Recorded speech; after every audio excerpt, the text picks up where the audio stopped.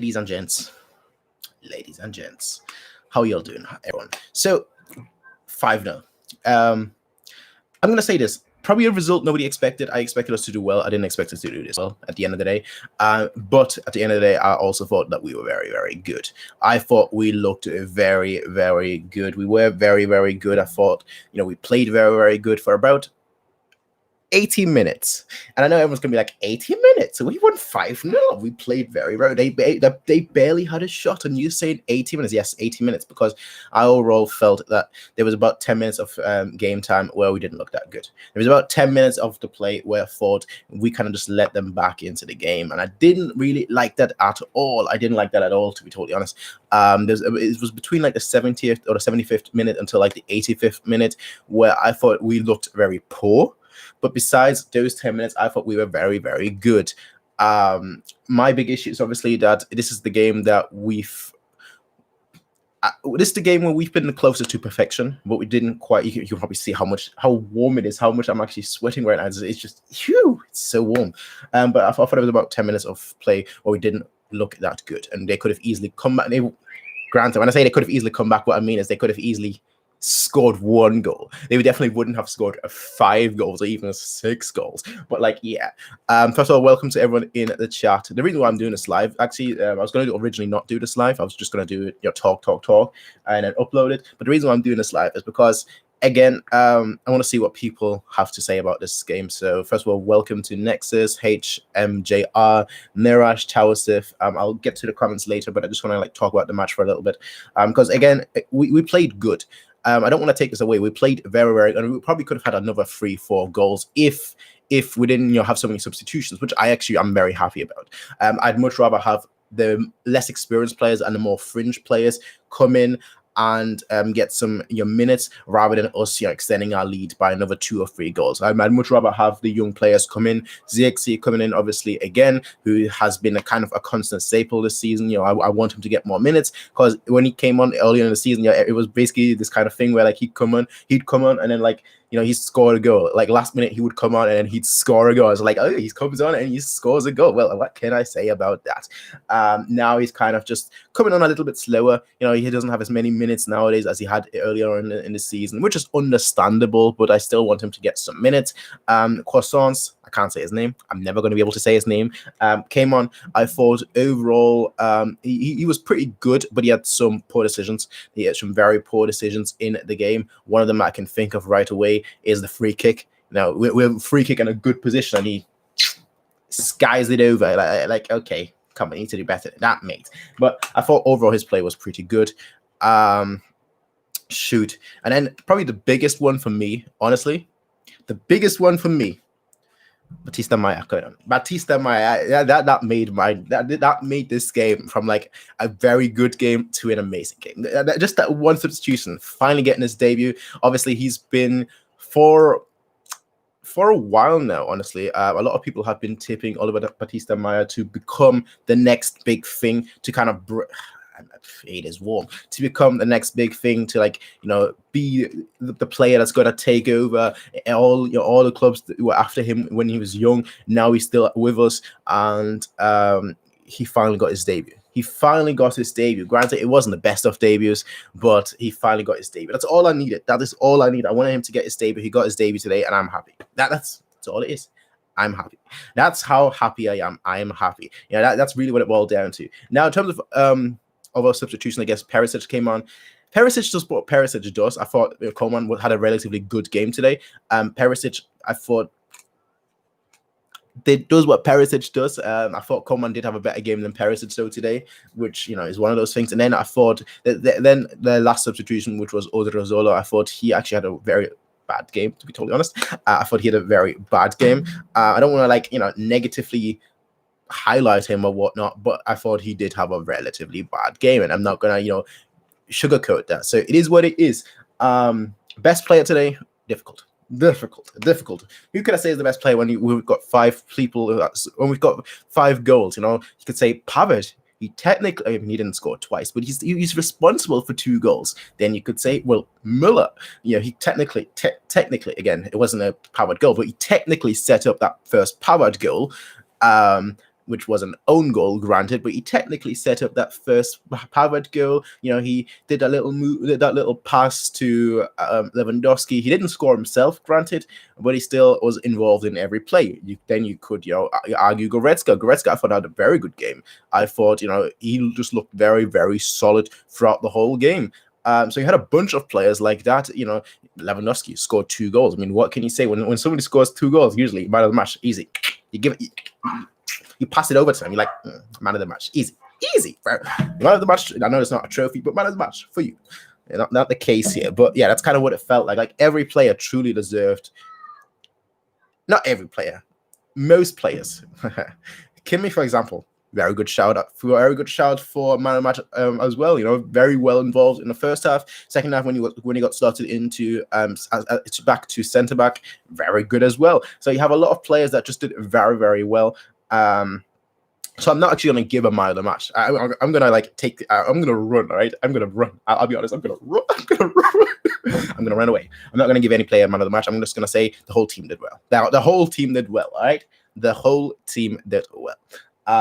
Improvements from this game that I want to see in the future. 1, 90 minutes of football. 90 minutes. It doesn't matter if the young players are coming in. 90 minutes of good football. What I mean by good football is not let them have chances. For about 10 minutes between the 75th minute to the 85th minute, they had 4 corners and 3 shots on goal. If we get rid of these 10 minutes and just dominate for a full 90 minutes, sorted. This performance today was probably the closest we've gotten to perfection. It wasn't quite perfection, but it was the closest we've gotten to perfection this season. And I do want that to keep going. Now, we've been playing better and better. We've been playing more consistent, which is obviously a very big thing. I always say consistency is the most important factor, which is why for me personally, I know not everyone agrees, but I agree. Philipp Lahm will always be the greatest player of all time. Yeah, better than all your favorites. He'll always be the greatest player of all time, simply because he was so consistent. That's all it boils down to. Now that I've said my piece, let me see what some of you all say. Let's see what some of your comments are. So there's a bunch of them. Where do we start? So Jonathan Schultz says Davis looks so hot right now. Defensively, he's been very solid. Yeah, defensively, he's been very, very solid. Davis, I mean, obviously, he's been. I hate the sweat. I hate when you can feel the sweat literally dripping down. But defensively, I think he still gets caught out of possession a few times, granted, but he kind of makes up for it with his pace. I hate this argument. I hate this because it comes from FIFA, right? And I don't like FIFA. I do own FIFA, but I don't like this argument because it comes from FIFA. Oh, you've got pace. You can catch up if you make a mistake, a positioning mistake, you can catch up. But let's be realistic. He has pace. I can't take that away from him. He has pace. He has that kind of speed, most of the acceleration, where if he's positioned wrong, got it. Sorted. It's just that easy with Davis. So that's what I'm gonna say. Yeah. Defensively, there are still obviously areas he can work on defensively. When it comes to I'll say this as well. When it comes to the defense, I'm probably the most critical person out there in the world, just because I used to play defense. I used to be a centre back, then I used to be a keeper. Then at one point I used to be a midfield. I played pretty much every. But I always considered myself either a keeper or a centre back. Right.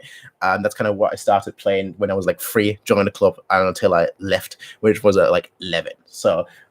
Kind of take it with a grain of salt. I'm very critical. I'm very critical because I always expect perfection, but it's very difficult to achieve. But I always expect perfection. We don't always get it, but I'm critical. So there's definitely things that you can definitely work on. I'll say that. HMJR says he's fully adapted in a full trusted Bayern player now. Odriozola is weird. He's like Bernard. I saw that comparison earlier with Bernard. I don't agree with it. I don't agree with it at all. Bernard, I thought, was very, very strong. Bernard. He was just much more of a winger than a left back. But honestly, you could say the same thing about Davis. But the thing is that Bernard, he had an eye for going forward. Right? He was always there to help, which sometimes causes the match because it wasn't quite as fast to make up with a positioning disadvantage. All right. But Odriozola today.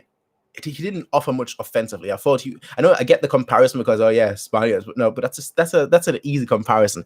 I think more so he's honestly more of a if you want an actual comparison, I think he'd be more of a Rafinha, not as hot-headed as Rafinha, but much more of Rafinha, which is like he'll help out in attack, but he's not really that great offensively.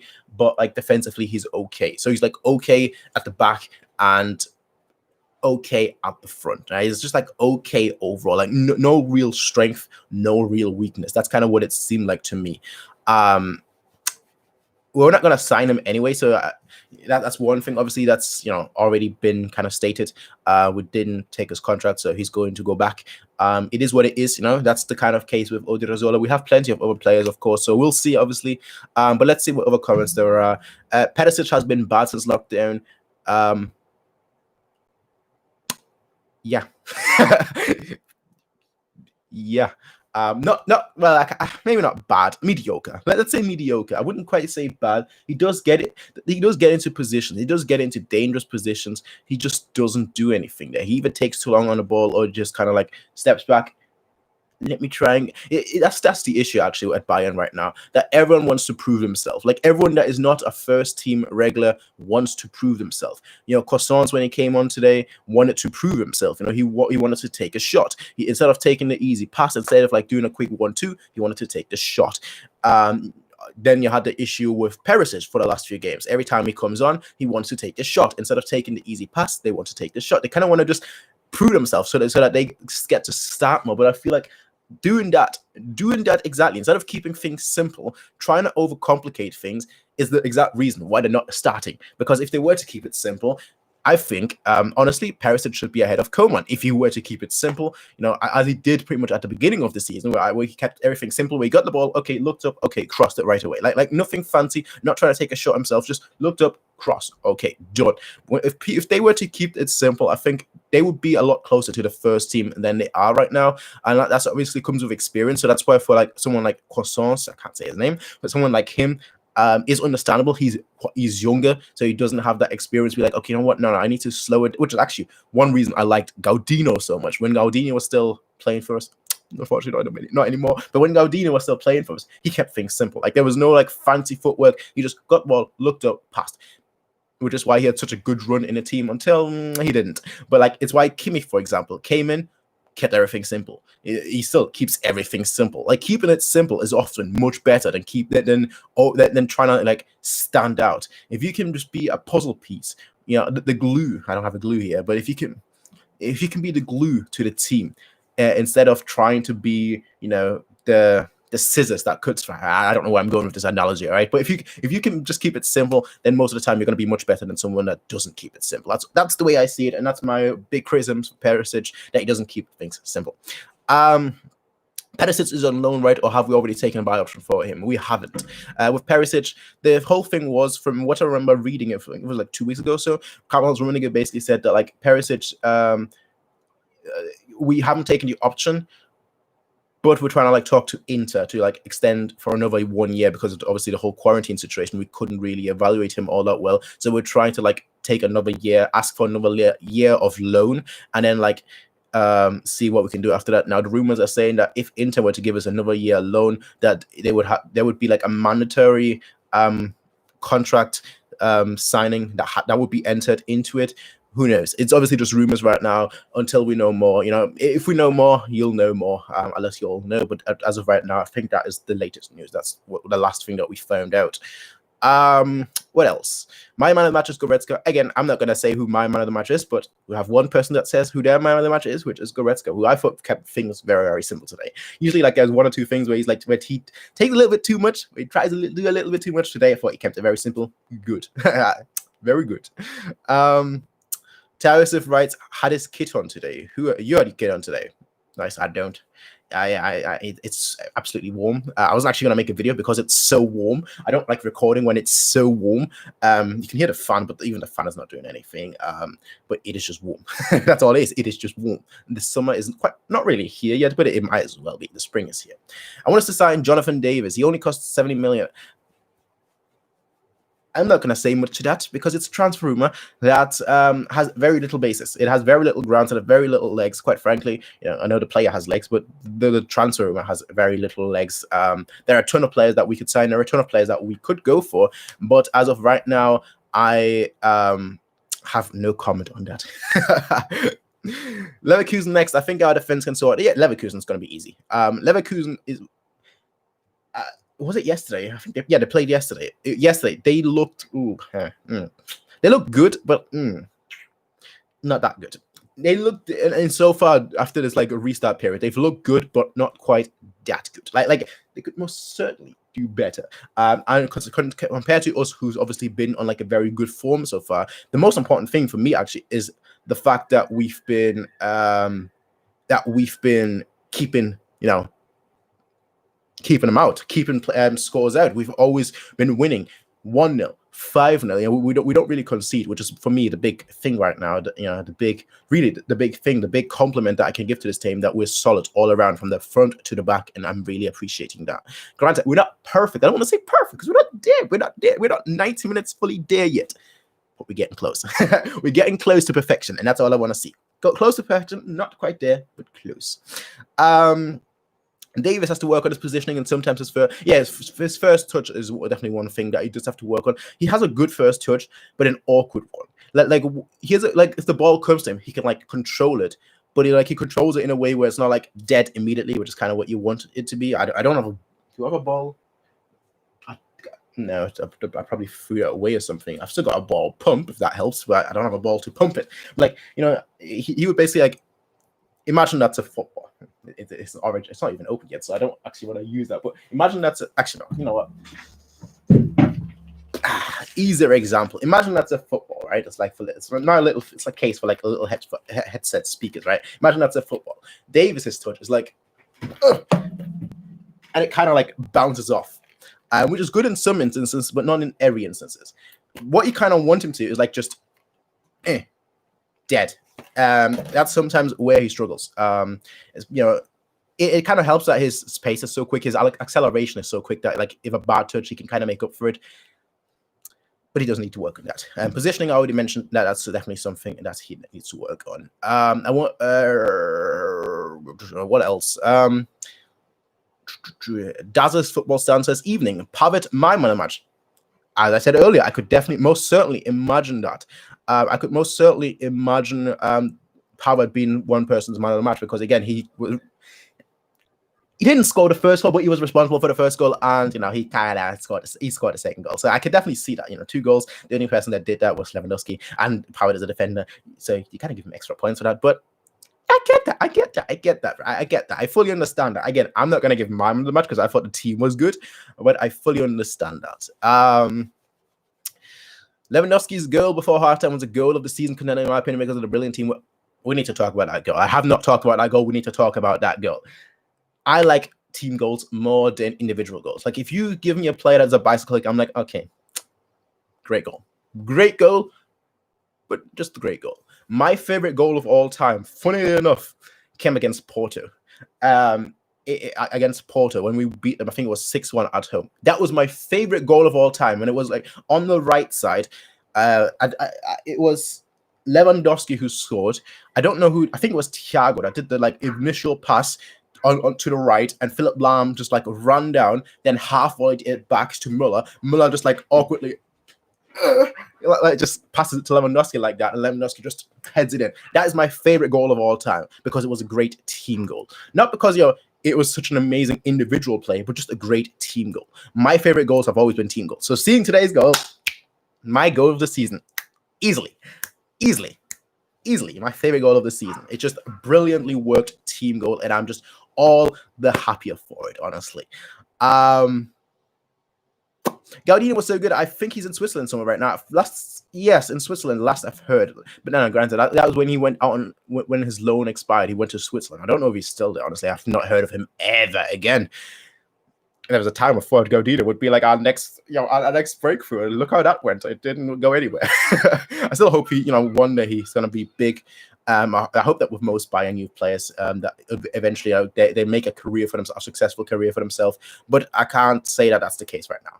Unfortunately, I can't say. I've not really heard much of him at all lately. Croissant seems awkward on the ball. No, I don't think so. He just seemed a little desperate to prove himself, which is understandable when you're not starting, but he kind of needs to get rid of that. You kind of need to get rid of that. You always need to prove yourself at Bayern, because quite frankly, if you don't, somebody else will come in and take your spot. And if you're trying to break through, I feel like you need to prove yourself as well. But keep it. I don't want to just reiterate the same thing. Keep it simple. Keep it simple. Keep it. I don't want to talk the same. I don't want to say the same thing, but keep it simple. Keep it simple. Leverkusen got battered by Wolfsburg. I really liked Hernandez today. We need to talk about Hernandez. Obviously, only had one first half. Obviously, came back recently from injury. I thought he had a very good first half. Hernandez is one thing that we don't have at the moment, which is an aggressive centre back or left back. Depending on where he plays. He's aggressive. He's that player that will do a 2-footed challenge. I find it so strange why people do a 2-footed challenge. Honestly, you always tell your players, oh yeah, stand up straight, stand up straight, stand up straight. Don't go to ground. Then you have Hernandez who's like, oh, my opponent is literally just standing there, sliding, just slides in. It's kind of like Perisic did in the last game against Dortmund, just stand still and just slides in. It's like, bro. There's no need for this. If you made a mistake, granted, you get the ball, but if you made a mistake, you could break someone's leg. Why are you doing this, bro? But he's exactly what we don't have, an aggressive player. Granted, aggressive centre-backs can sometimes cause more harm than good, but so far he hasn't. And he had a very good first half. I'm assuming he was subbed out not because of injury or anything, but rather because he just came back from an injury. So you don't want him to have a full 90 minutes. You kind of just want to ease him in, especially considering that there's no need to when you're already leading like that after the first half. There's no real need to rush him for full 90 minutes. You can just kind of work him in slowly. There's no point not doing that. Hi, bro. Are you German or British? I would like to visit Berlin. I've never actually been to Berlin. I guess at this point you can call me both, honestly. I'm 24 years old. I lived 11 years in Munich. I grew up in Munich, but I guess now I've lived more years in Manchester. Haha. So I guess I am a bit of both right now, I guess. But yeah, that's kind of where I lie. Actually, in my description, I always have in my description, it should give my full story, because people ask me that question all the time. So I just wrote it there so people would stop asking me. But that hasn't happened. No offense. Lewandowski likes Rabionek. Who? I'm not sure what you're trying to infer with that. Will Zirkzee be able to properly break into the first team? That's a question that I've been asking myself for a long time. Zirkzee at the beginning of the season, I thought brilliant. End of the season, he's going to be, a first or second substitution. Not quite there yet, but he's getting close. I think next season, Flick is going to stay. That's first of all, that's the good thing, because Flick actually gives him minutes. So Flick is going to stay, which is good. I think he's going to get a lot more time next season. I feel that truly next season, Zirkzee will probably be our second sub. I think our first sub, because usually you primarily sub on attacking players. I think our first sub will be whichever winger we get in. Either they will take over, and then our winger will be a first sub, and Zirkzee will be second, and Perisic will be third. I think that's what's going to happen next season. I feel like Zirkzee's development this season has been good, but not good enough where I'm like, yeah, he needs to start. Just good enough where I'm like, yeah, he needs to play. So that's my thoughts on Zirkzee right now. He needs to play. He needs to play more. And with Flick at Bayern, I think that's definitely going to happen. One of my issues actually with all the previous coaches, honestly, and I kind of mentioned this before, but I never really made a video about this separately. I think I might have done. I might have recorded a video separately about that, but I've never actually talked about that in depth. And one of my issues has always been that we have a great youth academy, truly a great youth academy, right? And there are games like today, for example, where we are 5-0 up after 50, 60 minutes, right? So bring some of the younger players in. Right? If we're already up 5-0, and we have so many young players that want to get their debut, that want to play a bit, bring them in. So that's why I really like today's game. Like my issue with Flick, and as you all probably have noticed over the last 2 games, has been the substitutions. They always came too late, 80th minute, 85th minute. Today, they all came in relatively early, 60th minute. Zirkzee was on. Odriozola was on. Croissants came on literally with the second half. So today, I thought our substitutions were brilliant.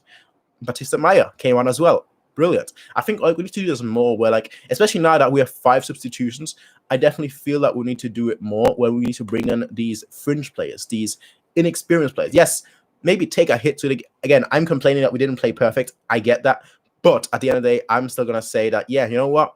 I'd much rather have the young players come in than us going for the 6th or 7th or 8th goal. I'd much rather give the young players 30, 40, 50 minutes than us going like, oh yeah, we're currently for 5-0. Let's go for another 5 goals. Yeah. No, I'd much rather be like, you know what?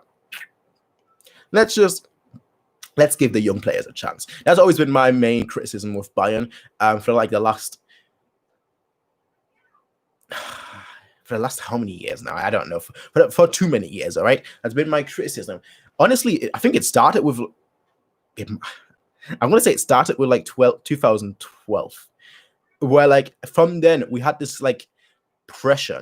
Maybe not call it pressure. We had this desire, this drive to like win the Champions League. And I feel like that drive to like constantly win all the games, that kind of in a way ruined us integrating more players. I feel like that's definitely the case because before that, like you look back and you're like, okay, Van Gaal brought in a lot of young players. You just had a lot of. It really feels like since the loss in 2012, we haven't really utilized young players, and that's been my big issue. But hopefully next season we'll get a ton more because this season has been a great start for that, and hopefully next season we're gonna have a ton more. Did Lucas get injured again? From what I've seen no news about him being injured. I think it was just because he played half. He played one half and he just came back from injury. So that's my opinion. Granted, I've not checked the news because the game ended. I kind of started doing this, so I haven't seen the news anything yet. But from what I gathered, it was just first half we got some game time. Let's bring in some young players now. So that's basically what we did. I think. Granted, I could be wrong. The second I finish it, I could read a news report saying, "Oh no, he's actually injured." Hopefully not, but who knows? Honestly, we need to work on our defending and set pieces. No, we don't need to work on our defending and set pieces. We need to work on our set pieces in attacking wise. And I'll tell you what, we had about 20 set pieces today. Like roughly like 4 free kicks and like 16 it feels like 16 corners, right? And like we had 1 goal from the corners. 1 goal from the corners out of like 20 set pieces. So I definitely think we need to work on our set pieces and offensive capability. Not so much. I don't think we're that bad defensively, honestly. From set pieces, I think we're actually relatively good. Offensively, though, I'm like, no. Needs to be better. Needs definitely to be better. I always thought you're American. Right now, I guess I can say I'm not. I'm lucky I'm not. But hey, moving on. Are you proud to be German? The way I see it, I'm proud to be me. That's really that simple. Maybe it's because I've always been overconfident, but I'm just like, I'm me. I do what I want. I don't really affiliate myself with really anything. I just do myself. That's really what it boils down to. Like I do what I want. I am who I want to be. Simple. I'm a chat. Oh no! Oh, I shouldn't have talked about 12. Oh, seeing that comment, and now I'm like, I need to end the stream. I need to end the stream. This is it. This is over. Oh no! Do you think Tolisso will stay at Bayern long term? Long term, I know why you're asking that question. Obviously, he hasn't really played much. I get that. He's also had a lot of bad luck with injuries. I get that. But the reason why I think he will stay long term is because 2 months ago, 3 months ago, I've always been bad with like timelines. All right, I've always been bad with timelines. But now during the quarantine, I'm even worse with timelines. Right, but I think it was like 2 months ago where he came out and he was basically like, I'm paraphrasing here, but he was basically like, well, this is a big club, and our big club like a Bayern, there's always a competition for places. So I'm not going to leave simply because I'm not currently starting. I am going to fight for my place. So that's why I don't think Tolisso will leave like in the immediate future. I think he's definitely going to fight for his place. and we'll see how it goes from now. Obviously, the rumors are saying that he'll leave, but the fact that he came out a couple of months ago, I think like 2 months ago, when the rumors first started, and said that no, I'm going to actually fight for my place. This is a big club, and I expected a big club that there is going to be such a a challenge for positions that I think truly he wants to stay here, and truly he wants to fight for his place. So I don't think he's going to leave in the short term.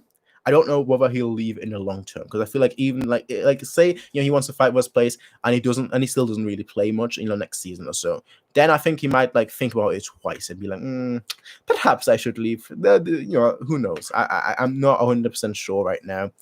Thiago Kimmich is best duo in the world, and Goretzka is good. Plus Muller can't be better. Muller, the reason why we've been so good on the flick is because of Muller. That's all. That's all you need. The reason why we've been so good under flick is because of Muller. That's all you need to know. That's all you need to know. If it wasn't for Muller, we would not be this good. If it wasn't for Muller, we would not be this good.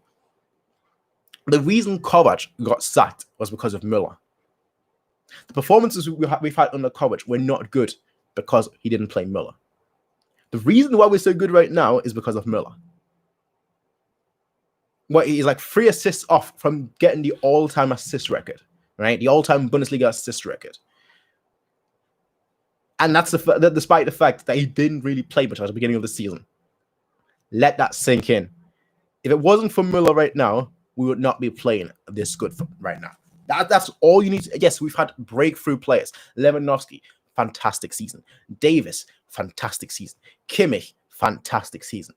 But the glue that keeps it all together, truly keeps it all together, is not Lewandowski, is not Gnabry, is not Davies, is not Kimmich, it's not Goretzka, it's not Neuer, it's Muller. That's all you need to know. That is all you need to know. And that's facts. People will say, oh, the way he plays, it's all over the place. Like it's just all over the place. Like he'll do this and he'll do that. He just looks so ungraceful. He looks like a gazelle on ice, Bambi on ice.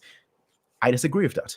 I disagree with that completely. Muller, he may look like that, but he's effective. That's the difference. He's effective. Effectiveness always trumps beauty, I guess, if you want to call it that.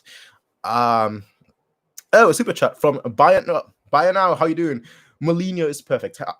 Truly perfect. Mourinho is perfect. Yeah. First of all, I appreciate the super chat. Also, by the way, everyone, if you haven't noticed it yet, you should subscribe to Bayern now. He kind of does ton more than me. He does like match previews, transfer talks, post-match discussions, so on and so forth. It's great to have more people like that in the community. It's great to have more people like that who talk about football, talk about Bayern specifically, talk about the Bundesliga, just talk about football. It's great to have more people like that, and I would highly suggest that all of you subscribe to him now. That's all I can say. Truly mean that. I've been actually really enjoying some of your content lately, and yeah, I appreciate what you do for the community. One thing that excites me about Bayern is that we have so many players that can consistently score goals for the first time. And actually, I just talked about, obviously I talk about Müller right now and Lewandowski, but Gnabry, for example. Gnabry is one of the 3 players in Europe, in world football right now. I think, yeah, I read that stat earlier. One of the 3 players in world football right now that has 10 assists and 10 goals, or 10 plus assists and 10 plus goals. The only other 2 players that have 10 plus assists and 10 plus goals in world football are Messi and Sancho this season. These are the only 2 other players that have 10 goals and 10 plus assists. Showing you, Gnabry hasn't had an excellent season so far. Everyone has had an excellent season so far. So it's just all working so well. But I truly still think that the player that like kind of holds it all together is Müller. Truly, the glue that holds it all together is Müller. I might be wrong here, but I rarely am. I rarely ever am. That's all I can say. In the past, I felt like when Lewandowski had a day, we couldn't just go. Lewandowski hasn't really played that good in like the last 2 games. Obviously, I don't mean excluding today's game, but he hasn't really played that good against Dortmund. He played okay, not like outstanding. He didn't really score, but still, we don't need him to be on form every time because he's been that good this whole season that he doesn't need to be right now. Like he can have a few off days and then come back like today and score 2 goals. It's like, yeah, back like we've never left. Just brilliant. Do you live in London? No, I don't. Manchester.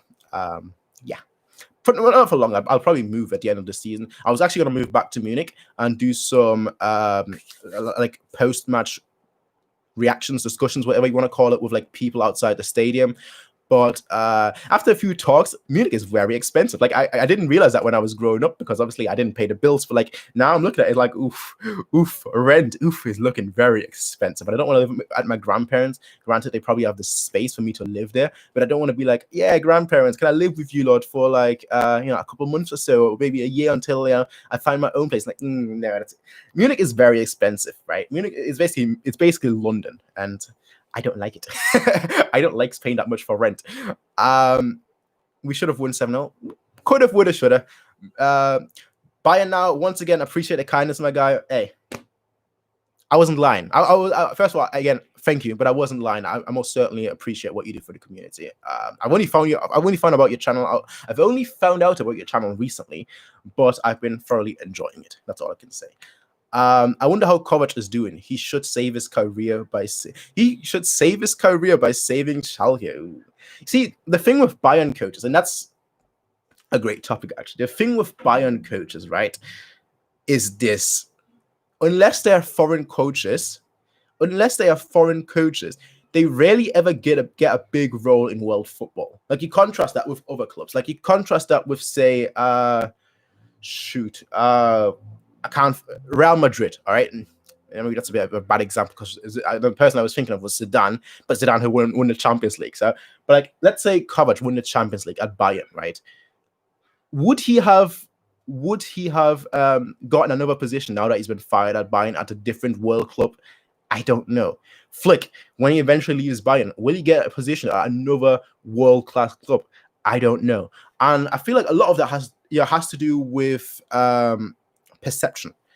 Bayern is so dominant. That's the view people have. Bayern is so dominant in the Bundesliga that it doesn't really matter what the coach does. So unless you win the Champions League with Bayern, a lot of our fans do that as well, granted. But I'm talking like primarily of like outside fans, people that don't really watch the Bundesliga. They're like, oh yeah, Bayern, easy for them. You know, they could dominate. They could dominate the Bundesliga without a coach. We had Kovac and we struggled.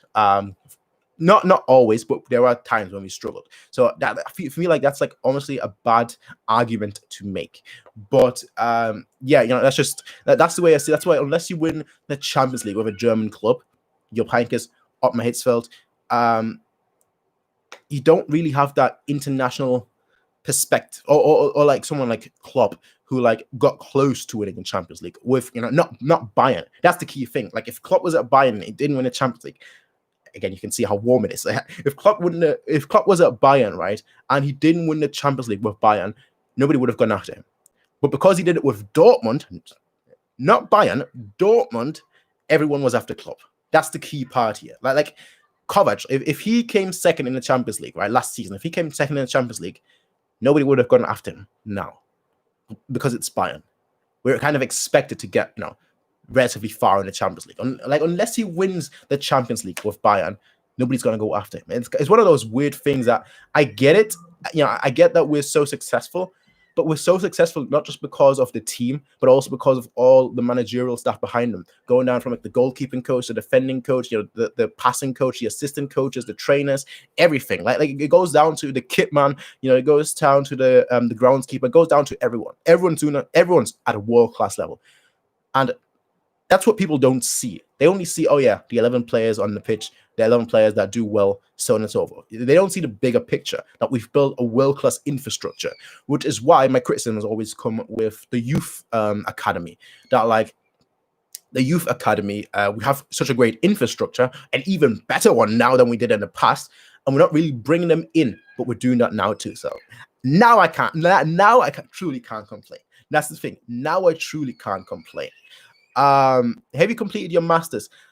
Not yet. I have, but I haven't. Basically, I've completed everything. And my graduations for my masters will be in the summer. I haven't officially completed because, you know, everything is still being marked, so on and so forth. But I already know that I've passed everything. So I'm just like waiting to see what exact mark I've got. But my guess is I got a merit, which is basically like a B. Past merit distinction. I think I've got a merit overall. So yeah, I'm just literally now waiting for my marks. But like I've already got the confirmation that I've passed. So I've done that, which is why I was thinking of moving back to Munich. Have you ever been? Have I ever been to Munich? I lived in Munich for 11 years, and I go back to Munich every Christmas and every summer. I go back twice a year. My German is terrible. My German is actually terrible. I go back, and like it takes me like a week to just like learn speaking German again, and after a week I'm fluent. So and then after 2 weeks I'll go back to England, and like now I'm fluent again. Give it a week, and I've forgotten everything. So it's kind of like one of those situations where I don't speak it at home. I don't speak German here.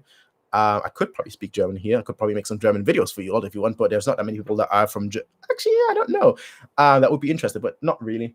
But yeah, it's just one of those things that like it takes me a week to learn the language again, and then by the time I learned it again, it's like I'm gone. It's like I'm gone. So I'll lose it again. What made Jupp so successful at Bayern? A lot of things. Jupp is an experienced coach. Most so specifically, he's an experienced cup coach. There aren't many experienced cup coaches. Obviously, he did well in the league, yes, but he's an experienced cup coach. At Bayern, we have the team to do well in the Bundesliga, obviously, but we have the team to do well in cups as well. And because he's an experienced cup coach, he did very, very well for Bayern in the Champions League. He did very, very well at Real Madrid too. He won the Champions League with them, granted. You know, he won the Champions League with them, and then they still sacked him. So he's one of those players that like one of the coaches really that like was successful at what he does. And because he's such a great cup coach, the big clubs wanted him, which is why like someone like Rafa Benitez, you may think, Rafa Benitez, why am I talking about Rafa Benitez? Rafa Benitez hasn't really done that much in the league, in any league for a long time. But everyone knows he's a cup coach. I also feel the same way, funny enough, because we just spoke about him, about Klopp, who is a great cup coach. Granted, he's always done very well in the league as well, but that's because I feel like he builds a very good foundation. But primarily at heart, I feel like he's a cup coach. Jupp, I feel like he's a cup coach. Benitez, I feel like is a cup coach. There are a bunch. There's actually, I want to say there's more cup coaches in Germany than there are anywhere else in the world. I truly think that like there are more cup coaches in Germany than there are anywhere else in the world. I think the only coach that I can think of from like a big team in Germany right now that isn't a cup coach is Favre. Favre, I think, is actually a very much so a league coach. Funnily enough, he never won the league, but I feel like he is a league coach. It's a strange, weird thing in the world of football. Could Klose be a manager in a couple of years? Questions like these, I never know how to answer. Could he? Yes, most certainly. Will he? I don't think so. It's just the way I say it. Could he? I feel like he's going to have a gig somewhere else first, like a proper first team league gig somewhere else first.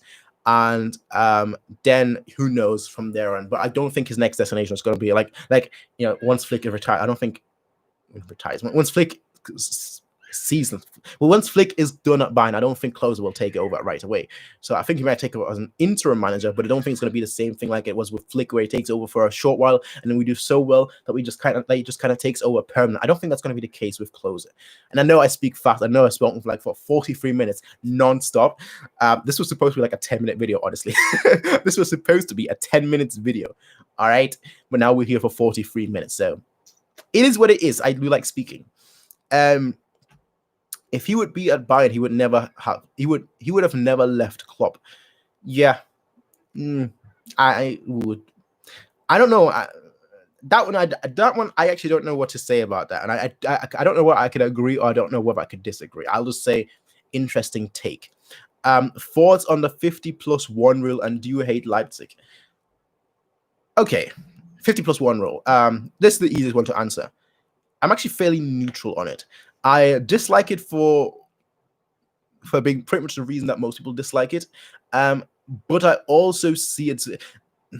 This is where my law education comes in. All right, this is where studying law and doing a master's in law kind of like warps my perception. Because if you asked me when I was younger, I would definitely have said I hate it. But now when you kind of like do law, you kind of have to look at both sides, even if you don't like it.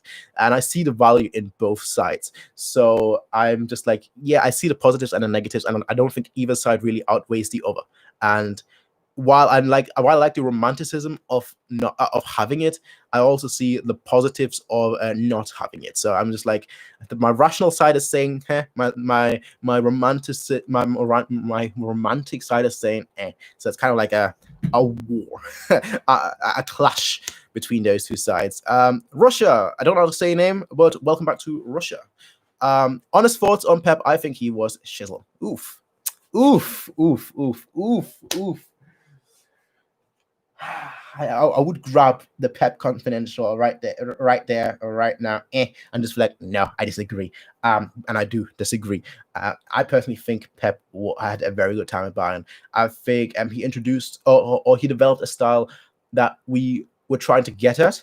He developed a style that Bayern was trying to achieve, and which was kind of the development that we had. We had obviously with Van Gaal to Job, then to Pep. And I thought like there was a consistent direction in football. So I actually really like what Rummenigge said back in those days as well. I don't know when he said that. Could have been like 2013, like, before we won the Champions League and when we announced that Pep was coming to us. I think it was then back then when he said it, but he said something along the lines of, we have a very good team. We are very consistent in German football and in world football. And what we do now is a brand of football. We look at someone like Barcelona and they have a brand of football. When people think of Barcelona, they think of a certain style, and we kind of want that as well. We don't know what our style will be, but we want a certain specific style that people can think of. Okay, that's Bayern. Okay, that's how Bayern play.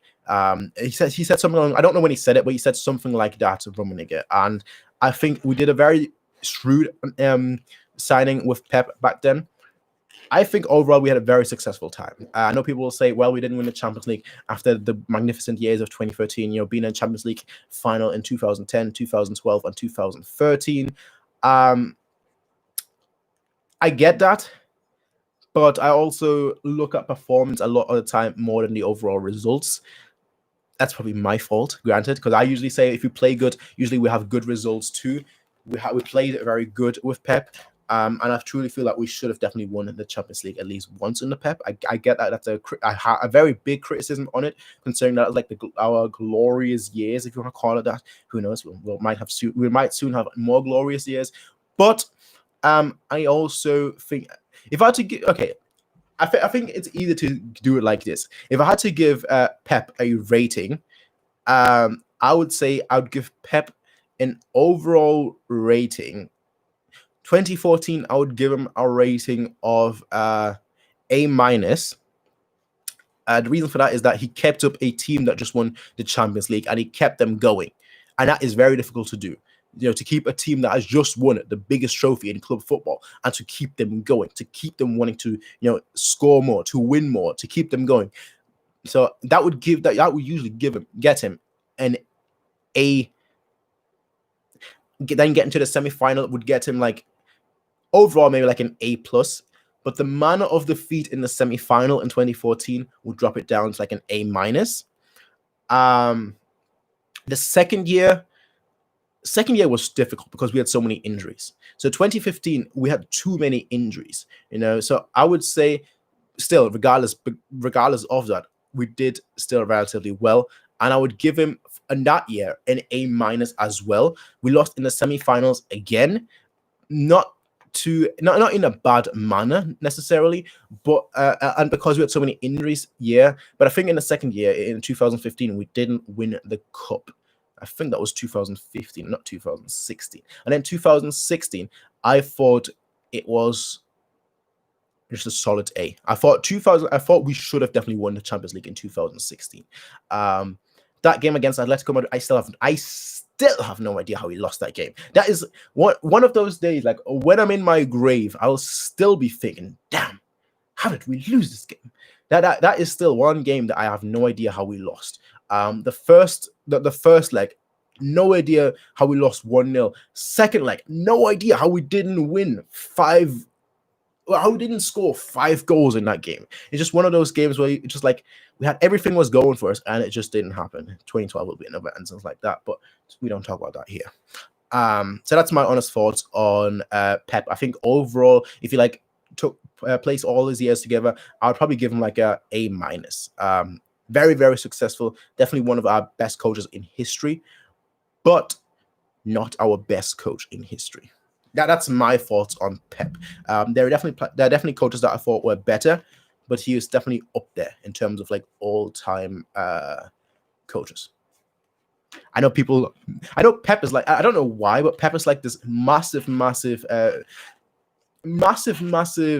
discussion amongst Bayern fans. I know that's from my uncle as well, who lives in Munich. He basically hated Pep Guardiola. Like, he was like, "Oh, we're playing such amazing football, but I can't stand Pep as a person." And he was like, "I don't like Pep as a person. He's so arrogant. He's always saying, oh, yeah, no, we have this super player. Oh, this super squad. Oh, this player, Rafinha, could be the best player of all time." And then he doesn't play Rafinha. Oh, Gaudino, he'll have a long-lasting, brilliant career at Bayern. Next, he loans Gaudino out, and Gaudino never plays a game for Bayern again. It's like, oh, Bernat is a world-class player. He gets sold. Oh, Schweinsteiger has such a lovely career. He is a true legend of the game. I need to play him day in, day out. Gets sold. It's like, what you're saying is contradicting everything you're doing. So I know a lot of people hated him because of that. People like someone that says it the way it is. But then I can't take away from his football. I feel like a lot of people respect the football that we played under him. They might not necessarily have liked it. They might have liked a different style, but I think you just can't take away our dominance. I think you can't take away our dominance under Pep.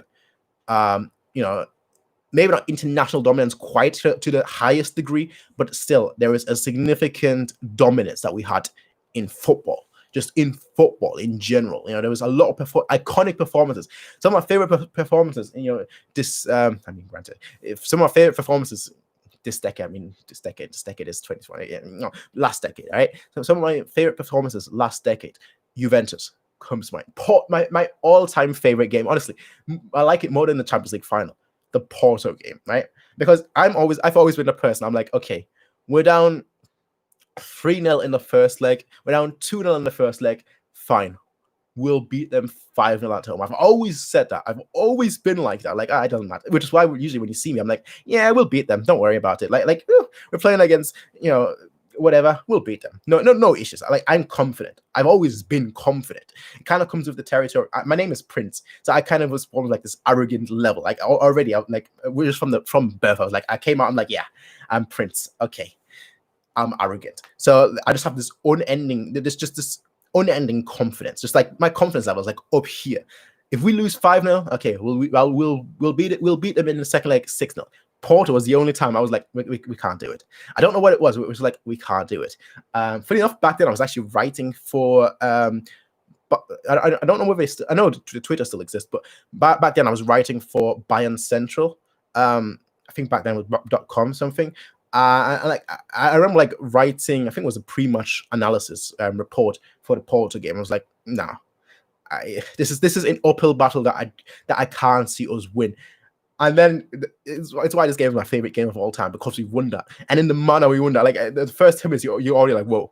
Like from the first minute, the second the referee blew that whistle, it was like, whoa, we could do this.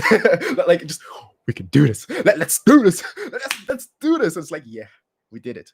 It's just why that game is my all-time favorite game. I know, there are plenty of other iconic performances under Pep. The Juventus game.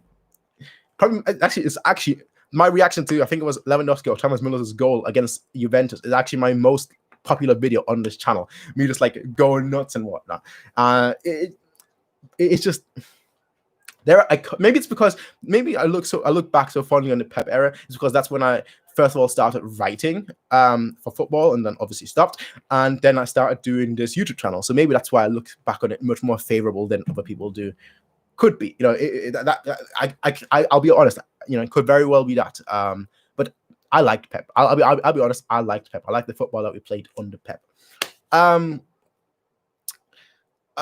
Daniel, that's your name. Back to you. With love, back to you. And Daniel, back to Russia. Do you hate RB Leipzig and 1860 Munich? Oof, I just said, I hate reading. I hate reading. Yeah, I don't like the Munich club. I don't like the Blues. Leipzig, I don't have that much of an issue. I dislike them, but I don't hate. You won't see me like that one video where like someone got a Red Bull kind of just like squish it. You won't see me do that. The Munich club I dislike a lot more. Probably because again I grew up in Munich. I have a lot of friends that support that club. I've got some friends or family members that support that club, so on and so forth. So I always had this like a view towards them more so than Leipzig, who's kind of like that new player in the game. Like, what are you doing here? Like, it's just what are you doing here? Like seriously, why are you here? What are you doing here? Why? Can you get lost, please? No, get lost, please. Like this, that's just my thoughts on those two clubs. Right now, I think we play some of the most the most entertaining attacking football out there. I agree. When it works well, I agree. We have some performances under Flick where it hasn't looked that well, but for the most part, I agree. I need to get through these comments a lot faster because I kind of want to end it sooner rather than later. I'm starting to, you guys, maybe you guys can see it. I don't know, but like, I need a towel on it. At this point, I need a towel. We have a ruthless style of play now. We go after every goal. That is why we win with big scores. Yeah, but the thing is, we're not mindless in that manner. We don't mindlessly go after goals. We're actually relatively, I don't want to say composed, but like balanced. Like we don't go all out to attack and then leave ourselves weak at the back. We're actually relatively balanced at the front and at the back. So I really think we're actually in a very. I wish the Champions League was back because even before quarantine, I thought we were the easy favorites to win the Champions League, and it didn't happen. It did. Then the quarantine hit. Was like, damn it. Why this year of all years? Like last year we didn't look that good. We looked okay. This year we look, since Flick took over, we look good. We truly looked good. Why does it have to happen this year? But sometimes there are things out of your control and you can't do much about it. So that's just the way it is, unfortunately. His management style was never Bayern-like, in my opinion. He still can't motivate his team to do anything. Couldn't do it with German engineering Viagra. Okay. Okay. I mean, the first part obviously is going back to the Pep discussion. Again, is there a Bayern style? That's debatable. So far we always had a coaching style. Different coaches interpret, their own style onto the players. But I feel like personally, I disagree with that point. That I get what you mean. Like we weren't that like ruthlessly direct attacking, just like 1-2 pass and then we're already in their faces kind of thing. We're a lot more patient. But I also think that was just an evolution of like the previous two coaches that came before him, and that was just like the next step to that level. Granted, since then we kind of like adopted a new approach. So you could say perhaps that was a failure, and that it wasn't like a long-lasting style. You could say that was most certainly a failure. But I don't know, because I feel like a lot of the players that we have now are also, excellent passers of the ball. Like a lot of the players that we have now that are so good on the ball are players that became this good on the ball because of Pep. Kimmich, for example, a great example. Kimmich, Boateng, like Boateng was great already, but he took another development under Pep Guardiola. He became the best defender under Pep Guardiola. So, if anything, right, even if you don't like Pep, just realize the systematic and passing, more so structural, systematic and passing work that he did. You might not like his attacking work or his defensive work, but just from like building triangles, always creating passing flows, the ebb and flow movement, as I like to call it, where like you kind of just invite pressure and then you kind of play out of the pressure. You invite pressure, play out of the pressure, that kind of thing. We're still using that to this day. We're just playing a lot more direct, but we're still utilizing all the things that we kind of learned, developed, matured under Pep. That's my take on it. And if you look at teams like Madrid, Juventus, Atletico, Manchester United, Chelsea, Tottenham, I think we are far more entertaining to watch than them from a perspective. A lot of that also has to do with like players. I'll be honest, it always comes down to style, but a lot of that also has to do with players. We right now have players that have been playing with each other for a long time, whereas other clubs like Real Madrid, for example, have that, but not so much. Where players have been playing for a long time with each other, but they constantly get new players in as well. We kind of have like this core group of players that have now been playing with each other for some of them for a decade, other players for like 7 years, other players for like 3-4 years, but they're all sort of like, they all know each other very well, which is why, for example, today's goal, Müller's assist to Lewandowski, first of all, Kimmich. Well, okay, let's go back. First of all, David Alaba to Lewandowski. Lewandowski, flick on to Kimmich. Kimmich doesn't even see Müller, but he just knows, okay, Müller is right there. Flicks it back, back heels it to Müller. Müller, he knows, okay, Lewandowski, I can't see Lewandowski, but I know he's there. Just pass him. Because these players have been playing so long with each other, they know the running habits. They know how the other players, what they like to do in certain situations. So that's why it works so well. That obviously has a lot to do with Flick as well. I don't want to take anything away from it, but it has to do a lot of the players too. And that's what it boils down to as well. That's why we look so entertaining. That's why, we look so good on the ball. But it also kind of has to do with the quality of the players. And we have quality players. So it just has to do with everything, essentially. But the big thing is that we have players that have been together for a long time. Look at Manchester United. They get 10 new players each season. New coach each season. The players just can't work together. Chelsea, same thing. Multiple new players each season. Multiple new managers, each season, so on and so. They just can't play together and just get a feel for each other. Whereas at Bayern, we don't really sack coaches that quickly, and so they have the time to implement their style, and the players get to know each other better and better in different styles, different formation, different lineups, so on and so forth. So they all get to know each other, and they all get to work together, and all get to just play good football. That's ultimately what it leads to, play good football. We lost that game because Pep decided to play our centre backs in Atletico's half of the pitch against a team who lives for counter-attacking moments.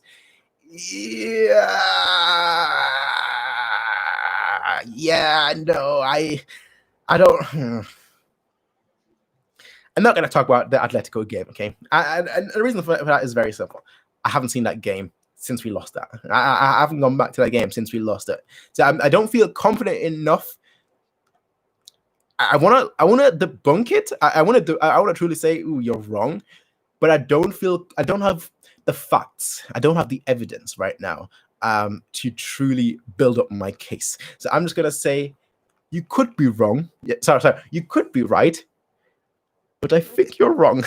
That's where we'll leave it. All right, that's where we'll leave it. Again, I've not seen that game in years, and I don't have the screenshot, so I can't really make a good argument against that. But yeah, that's just why I'm going to leave it. In my opinion, Pep is very polarizing. I don't think he developed the squad as much as he could have, and after he left, we've had to rebuild. Yeah, that's the big negative with Pep, is that we had to rebuild. We don't even play that style of football anymore, which is obviously a big takeaway from whether that era is successful or not, because we wanted a style of football and we're not really utilizing it. We're utilizing some aspects of it, but if you compare our style now to what it was in 2014, 15, 16, it's like a completely different style. And it's just like, did he really manage to achieve what he set out to? Debatable, which is why I fully understand why people think, why people like him or people dislike him. I'm not saying that you should think the way I think. The whole point of this channel, actually, the whole point of why I'm doing this live today is because I wanted to see everyone's take. I'm not one of the people that are like, if you disagree with me, you're wrong. Which is why that comment, for example, by the sideways freak, I'm not gonna try and debunk you because I don't have the evidence. I could be wrong here. I'm encouraging a I guess if we want to call it anything, soccer, I can't say the word, a discussion, right? I'm encouraging a discussion where everyone can just bring in their takes, and if I'm wrong, I'm wrong. If you're wrong, so on and so forth. But at least we had a discussion. Get it? But yeah, 100 Dantes, the most famous example. Oh yeah, I would like 100 Dantes in my team. Pep once famously said. Did Dante ever play again for Bayern? No. You could never trust what Pep said. He would say this player is the best player of all time. That the player would never play. You could say, this and that. Dante, 1,000 Dantes in my squad, never plays again. Subbed him out against Barcelona, I think it was, after the first half. Not even first half, after 30 minutes or so. One of the biggest shock moments ever. It's I don't know about that one, Chief. Most of the start upcoming players, besides Kimmich, came after Pep. Yeah, but they still have plenty of time to play with each other, either through the German youth team or just through the Bayern youth team. You look at Gnabry, German youth team. You look at a lot of our younger players, they played they played with each other either through youth team, played with other Germans, or our squad. We're not fully, Bayern Munich is not fully Germany, right? I get that, but we have so many German players that, like, for example, someone like Gnabry when he was still at Arsenal, kind of, played with a lot of the Bayern Munich teammates because he played with them at Germany. So it was easier for him to integrate at Bayern. That's just why we're so successful and why we play such good football, is because we have just that time. We just have the resources to give these players a lot of time and just work with each other. Tolisso, we have a lot of Frenchmen too. we have a lot of Frenchmen too. That helps as well. Ben Loud, the message was retracted, so I don't know what you said there, but okay. Are you confident of Germany in Euro 2020? They're playing against France and Portugal. No. The thing is as well, right? I haven't really been watching that much international football lately either. I'll be totally honest here. I watched like the Euros, the World Cups, and the friendlies, but like when I was younger, right, until like 20, I don't want to say until like 2014. It was more like until 2015. No, sorry, it was more like until 2016. Was it? I think it was until 2016. Like basically once like the likes of Muller, Boateng, were kicked out of the squad, I was like, nah, this is an ego moment right now. I don't like it. I don't like what Germany's doing. I don't like what the German team is doing right now. So since then, I've just been like not that interested in like international football. Granted, once the Euros come back, once the World Cup comes back, I'm gonna be like the first one on the front line, like, yeah, let's do it. That's just me. But like right now, in the pre-hype, I was like, I don't really care. Then once a friendly comes around, I'm like, yeah, I very much care. It's like I'm kind of like that. Good evening. Really enjoying the return of Bundesliga. Good channel. Thank you very much, LFC Aaron. LFC, I'm seeing you're a Liverpool fan. Do you see Havertz as a long-term successor to Lewandowski? Havertz is not a striker. If anything, Havertz would be the successor to Muller. He's kind of like, not actually a perfect example. He's more so. I know he's been scoring a lot of goals this season, but he's much more of a creative player. Honestly, I think a lot of people used to compare him to like Mesut Ozil. I think actually Muller is probably the best comparison you can make, because Muller right now three assists away from the all-time Bundesliga assist record. Muller is primarily someone that assists, but he's also someone that can score at any time. That's exactly what Havertz is. Havertz is a lot more technical than Muller, but Muller is a lot more effective than Havertz. That's the way I see it. Like, the way Muller is playing this season, I don't see us getting Havertz, honestly. There is a comment earlier on today by Uli Hoeneß, and I'm paraphrasing here today, but he basically said this earlier today, that from a sporting perspective, obviously, since your name is LFC Aaron, you might not be familiar with who Uli Hoeneß is. He was our former president until last year. Was it this year? No, it was last year. And he basically, was it this year? He basically said that, like, from a footballing perspective, Havertz would make sense at Bayern. He's absolutely fantastic, but it just doesn't make sense for the team, because we have Müller right now in such good form, and from a financial perspective. And Uli Hoeneß, despite him being the former president, he is still influential at the club. Like, his word still holds weight. Like, when a decision is being made, he's still being asked. So take that with what you will. And he personally actually mentioned today that, hopefully, Thiago, who else was it? Thiago, Coleman, and Sané. I think it was those three. I know it was Thiago and Sané, but I can't remember who the third player was. But he mentioned those, so hopefully those three players will have a great career at Bayern. So he's hopeful that Sané will move to Bayern. But he also said that he doesn't think that Havertz would make sense moving to Bayern. So that's the way I see it. I think Havertz is going to leave Bayer Leverkusen this season. Where he goes, by the way, if you can hear background noise, windows are open. I said it before, it is absolutely hot. It is. I'm sweating like mad, all right? And the fan is on. So if you hear background noise, I do apologize, but honestly, I don't really. As much as that sucks me saying, I don't really care, right? If you can hear some background noise, it is what it is. It's a summertime, all right? But yeah, that's my thoughts on Havertz. Is there any chance Muller would be brought back for Germany? I feel like he could still contribute. If he's not being brought back, someone should lose their job. That's all. That we'll leave it at that. If he's not being brought back into the German national team, someone should lose their job. That's all I'm saying. All right. We'll leave it at that. As I said earlier, the reason Bayern is playing this well this season is because of Müller. If it wasn't for Müller, Bayern right now we wouldn't be playing this well. We still have one or two stand-up players, but we will not be as a team that good. So if he's not being brought back, if he's not being brought back to the German national FA, right, to the German national team, somebody should lose their job. Somebody should have lost their job after 2016, granted. But there were scapegoats. All right? 2014 was amazing. I was crying after the World Cup 2014. I was like, finally.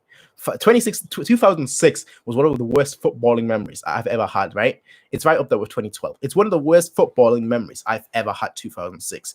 Germany losing the way they did in 2006, all right? But my goodness. My jolly goodness, all right? 2014 was amazing. But that does not really buy you 2016. The way we dropped out of 2016, somebody should have lost their job. The way we dropped out at 2018, somebody should have lost their job.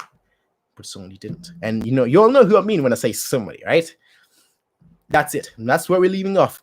Do you have an invite link to your Discord? I don't have a Discord anymore. I deleted my Discord. It was actually...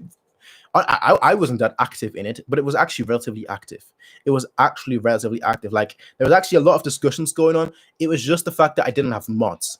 So because I wasn't as active in it, and all the other people were active in it, and there weren't any mods, it just kind of went downhill. Like, people would start spamming things, people would like just post inappropriate things, so on and so forth, and just harass members. And because I couldn't do anything about it, because again, I didn't have the time to be on that Discord that often, and I didn't have mods to like oversee it, it just kind of all went downhill. So I just decided to close it. I might open it again in the future eventually, if I have a mod or two, and then see where I go from there. But as of right now, I don't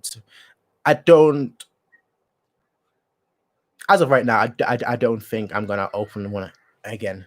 Ask me at the end of the season, and I might feel completely different when I have a lot more time. I mean, I have a bunch of time right now, just because of the quarantine period, but like, I don't have that much time either. I'm in a weird predicament where, like, at any point in, which is why I'm constantly looking at my phone. I got a message earlier, but I'm constantly looking at my phone because I could have to go any second now. I'm just kind of on that kind of like almost like a doctor's schedule at the moment, where like at any moment my whole day could change. So I'm always on my phone. I'm always prepared to like leave as soon as possible. That kind of thing. Anyway, why hasn't Coutinho worked out at Bayern? Because our players have been better. Because our other players have been better. That's really what it boils down to. Like, Coutinho, when he plays, he isn't bad. He is okay. Under Kovac, he definitely had a lot more game time. But like, once Flick came in and Flick installed Muller again, Muller's just been that good. Like straight up, Muller has just been that good that like there isn't really another player that can take his position. And Coutinho really only works best from the center. He doesn't really work that well on the wings. And the person that he's competing with in the center is Muller or Tolisso, or sometimes Goretzka. Depending how we play and who plays where. So he just isn't better than players ahead of him. And he hasn't been bad, and he's had some very good performances as well, but like, he hasn't had enough standout performances where he is better than the other players, and that's why he isn't starting more games, or he isn't playing more games. That's really what it boils down to. Like when he plays, he isn't like the worst player on the pitch, but he isn't the best player on the pitch. He's just a good player on the pitch. Whereas other players, if they play in his position, they usually end up being one of our best players on the pitch, or one of the standout players on the pitch. That's what it kind of boils down to. So that's really what that's really what it boils down to. Like if you want a good example of what I mean, check out our goal today. I think was it our third goal? I think it was our third goal today, which will show you the importance of Muller. Muller, he makes that run that like Kimmich knows instinctually that Muller's going to make that run. So Müller, so Kimmich lays the ball back to Müller. Müller, who could have easily taken a shot, Coutinho, for example, would have taken that shot, but Müller then lays it back to Lewandowski, and Lewandowski then scores. And it's one of the best team goals that you see. But what it just means is that like Müller, he won't do what you expect him to do, which is like take the easy shot on. Instead, what he'll do is give another player an even easier shot. So he won't take the like 99% guaranteed opportunity that he would easily slot in. Like he could easily have scored there. It was 99% guaranteed that he would score there. But what he did instead was like laid off to Lewandowski, who had 100% chance essentially, and he didn't even know that. Like he had psychically know that Lewandowski was behind him, and it's just that kind of like team chemistry, but also just that unselfishness. Coutinho is quite like Coutinho likes taking a shot, and I don't mind that because he has a very good shot. But like, it's kind of just like keeping possession, keeping that pressure up. That's kind of what Müller and players in that position do better than Coutinho. And Coutinho, he's a lot more, I need to get a goal. I need to, create it. Kind of what I said earlier, like he needs to keep it a lot more simple. Like he's a very good player, but he just kind of needs to keep it more simple. Whereas like our other players, they keep it simple. And thus we retain the ball more, and thus we create more chances, if that makes sense. But yeah, that's my thoughts on Coutinho. Could Müller and Royce play together but not take each other's space? Yeah. 2011.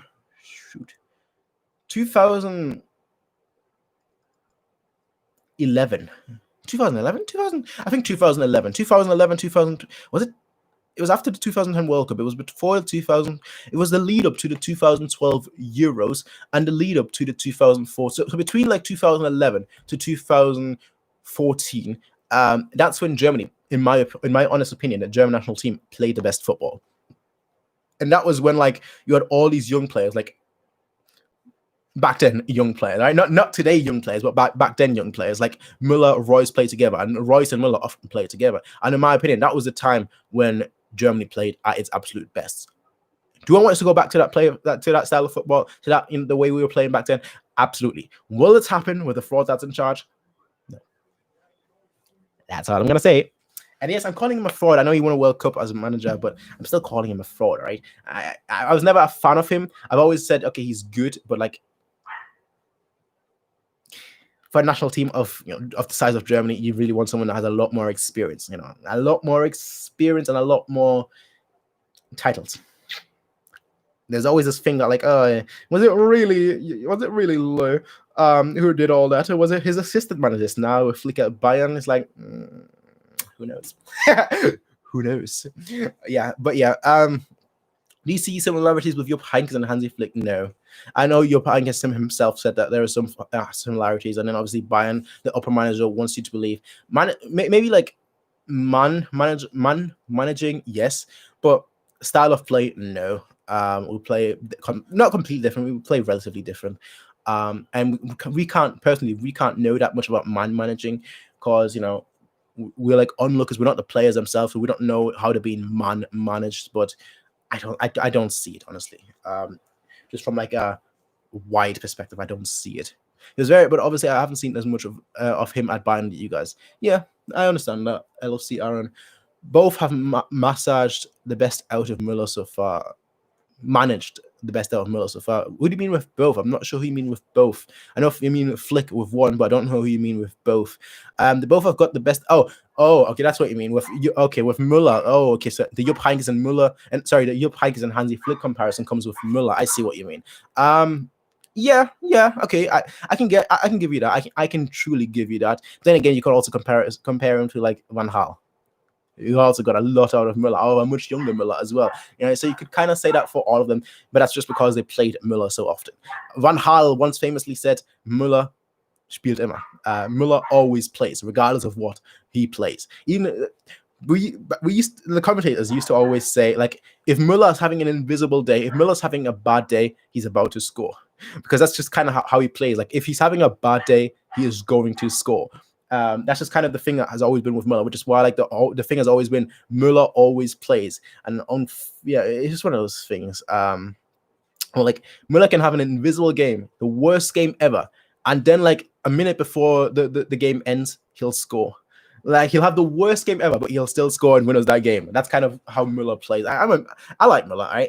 I'm always like fair and critical of all the players, but I really like Muller because of that attitude. That like it doesn't matter how bad I've been. All I need is one chance. Like he's almost like a striker. It feels like all I need is one chance and we'll get that goal. This turning into a Muller stream, like straight up, this turning into a Muller stream. I don't want it to be that. Kovac or Ancelotti, and I'll tell you why. I'll tell you why Ancelotti, right? Ancelotti, he tried something against the PSG. Obviously, that game gotten sacked, right? We didn't play great football. I'll say that. We didn't play great football under Ancelotti. We definitely played better football under Kovac. But Ancelotti got sacked because of a game that I thought he shouldn't have gotten sacked over. We lost 3-0 against PSG. And yes, it's a 3-0 loss. I get that. We didn't play football. We didn't play good football for a whole year before that. I get that. But, keyword here is but. In that specific game against PSG, he played younger players. Because the whole thing was like, we're playing the old players. And there was like a lot of like media pressure on him and probably a lot of pressure from the higher-ups that said, we need to integrate more younger players into the squad, refreshing the squad. The squad is getting quite old. And in that PSG game specifically, he played a lot of younger players. And we lost that game 3-0. And that's why I don't think he should have gotten sacked over that game, after that game, because he actually played young players in that specific game. He actually did what was asked of him. You know, he could have easily played the old guard and we probably wouldn't have lost 3-0. We probably maybe would have lost 1-0. Maybe we would have gotten a draw. Maybe we would have won. But he did what the people around him asked him to do. And you could flip the argument and say, well, he shouldn't have listened to them. You know, he's the coach. If he listens to all the people around him and so on and so forth, and he doesn't stick to his own guns, then he shouldn't be the coach. I get that. But I still think it was like one of those situations where he was kind of in a rock and a hard place. If he didn't play the young players, everyone would have said, well, yeah, it's the old players again. The squad, they're going to fall apart next season. You know, and he played the younger players. We lost, and then he got sacked. So I kind of feel... I don't want to say we were good under him, because we really weren't. Like we were mediocre under him, totally mediocre under him. Like we didn't have good, but we still won, but we didn't have good performance. Like oftentimes it would be like a last-minute goal, like 5 minutes before the end, Lewandowski would score, something like that. But we just didn't have good performance. Like there was no game where I could think of like 90 minutes from beginning to end where we played good. But for that one, I think he should have been sacked. I don't think he should have been sacked after that PSG game. You either sack him before that, or you sack him a few games after that. Not after a game where he just tried young players. That was my big criticism. And I feel overall we got better results under Ancelotti. We played better football under Kovac, and usually I always am for the better football side. But like result-wise, if you just ask me, you know, who's better out of those two, I would say Ancelotti. And that's just thinking about their Bayern time. I'm not talking about their time at other clubs, just at Bayern purely. Heard that OBM played. He got his debut today. The shining bright star, the shining example from our youth academy finally got his time to shine, and I'm happy. I couldn't be happier. I've been waiting for his debut for a few years now, and he finally got that today. I am very, very happy, but I'm hoping he's going to get a lot more. I hope we have a lot more good performances in the early half of the games now, and so that they can come in and just kind of play a little bit. That's my fault. That's really what I'm hoping for. First of all, LFC Aaron for the super chat. Thank you very much, mate. I appreciate it wholeheartedly. Thank you very much for the super chat. What do you think about Alphonso Davies? I think the comment above you truly sums it up very, very well. Top 3 Ballon d'Or, Lewandowski, Muller, Davies. I think that comment sums it up very, very well. Davies right now has been absolutely fantastic. He's been on a roll. He's been superb. And I truly think, I don't think he's the best. I know a lot of people say he's the best left back in world football. I don't think he's the case, right? And I'm not just saying that because LFC Aaron just donated a super chat. I'm not just saying that because of that. But I feel like he can still get better. And I don't want to say he's the best just yet because it's his first season. And I kind of alluded to that in my last video. I want to see how he plays when he has a bad day. Because so far, you know, since he came in, he's had only good days, which is impressive. That's impressive. But he hasn't had a terrible performance, like a truly terrible performance. He hasn't had a game where he's had less than a 7 out of 10. He's been playing since Flick came in. So he's been playing for like a season now, for like 3/4 of a season, and he hasn't had a bad performance. He's always been a 7 out of 10 to like a 10 out of 10. But I want to see him have a bad performance. I want to see him, how he looks like at his lowest, before I can truly say where I like think he is. Which kind of contradicts what I say. Well, I always say that is like Philipp Lahm is, in my personal opinion, the greatest footballer of all time, because he was the most consistent footballer of all time. That's kind of how I feel like about Davies. I want to see like Philipp Lahm at his worst was like a 7 out of 10. At his absolute worst was a 7 out of 10, and his average was like a straight up 8.5 out of 10 from like a rating perspective. Davies right now, his average is, from what we've seen, is like an 8 out of 10. And like his absolute best has been like a straight 10 out of 10. But I want to see him. I don't believe that like the 7 out of 10 is his absolute worst. I want to see his absolute worst. Like the game where like he does like 2 own goals. Let's play a run past him like 10 times. If I see him at this absolute worst, I can kind of say, okay, he's this good, he's that good. Now I know where he's at. That's kind of how I see it. All right. That's kind of how I see it. All right. Who should play in the starting 11? Goretzka or Thiago? Depends on the opponent. If we need more control, Thiago. If we need more muscle, I don't have muscle, so I can't really. I'm hiding it behind the microphone. If we need more muscle, Goretzka. Goretzka has been very, very good lately. He's had very good games over the past few days. With Thiago, I thought Thiago was actually missed against Dortmund, because against Dortmund, they just had too many chances. And if we had Thiago in that game, he would have like killed the game. He would have like straight up killed the game. Like with his passes, that they wouldn't really have much chances. So like he would have killed the game. We would have been in a lot more control. So it really depends on the opponent, which is kind of good to have. You know, it's kind of good to have that, you know, that kind of game. That kind of attitude where like it depends on your opponent who you play, because that just means that we have a very good squad. And it's good that both of them are like excelling at what they do. I do feel like Goretzka today, for example, was great, absolutely great. I thought one of the man of the match contenders. And you know, he's actually put on like a lot of weight, a lot of muscle since the quarantine, and it's really helping him. It's really, really helping him. So I'm very glad to see him excel, because he's a player that's very relatively young and doing very, very well. Thoughts on Badstuber if he never had so many injuries? Oh, one of the saddest cases in world football. Not the saddest, but one of the most certainly one of the saddest cases in world football. Badstuber, to me, there was always this comparison, right? Back in the day, between like Badstuber and Boateng, and everyone always used to say Badstuber is the better defender. He's the better passer. He's better, you know, at everything. And then the injuries hit, and then the injuries hit. And then he came back, and then the injuries hit. And then he came back, and then the injuries hit. And Boateng became the best defender, the best centre. I know people want to say in 2013. I would say definitively like 100% in 2014 until like 2016. He was like the best centre in world football. I would have loved to see Badstuber get all that positioning, training, passing, so on and so forth under Pep. I just have like all those years leading up and playing consistently as well. In my opinion, he would have probably been our best defender.